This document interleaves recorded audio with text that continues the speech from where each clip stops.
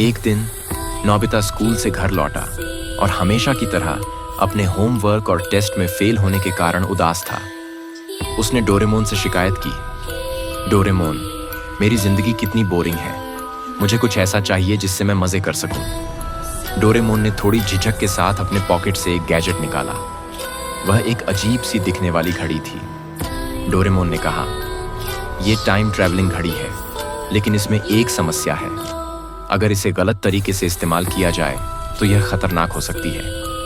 Nobita ने बिना सोचे समझे घड़ी ले ली और उसे चालू कर दिया। नोबिता ने घड़ी को चालू किया और पाया कि वह 50 साल पहले के अपने घर में पहुंच गया है। सब कुछ अजीब और पुराना लग रहा था। वहां एक अंधेरी कोठरी थी जिसे नोबिता ने पहले कभी नहीं देखा था। जिज्ञासा के चलते उसने कोठरी का दरवाजा खोला।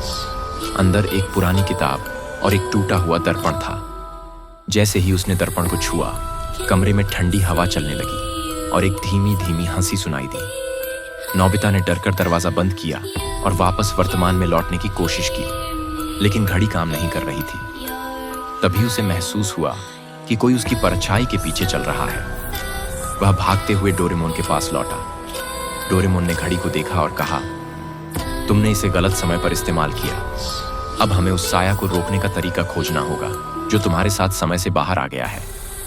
डोरेमोन ने अपने गैजेट्स की मदद से साया को रोकने की योजना बनाई। उन्होंने घोस्ट ट्रैप नामक एक गैजेट निकाला जो आत्माओं को कैद कर सकता था, लेकिन साया बहुत शक्तिशाली था। साया ने नोबिता और डोरेमोन को अलग अलग कमरों में फंसा दिया। डोरेमोन ने नोबिता को वॉकी टॉकी के जरिए कहा, डरो मत, उस दर्पण को फिर से ढूंढो, वही साया की कमजोरी है। नोबिता ने हिम्मत जुटाकर उस दर्पण को फिर से ढूंढा। जैसे ही उसने दर्पण को तोड़ा, साया चीखने लगी और धीरे धीरे गायब हो गई। डोरेमोन ने नोबिता को समझाया, हर गैजेट का सही और जिम्मेदार इस्तेमाल करना चाहिए। तुम्हारी लापरवाही ने हमें बड़ी मुसीबत में डाल दिया।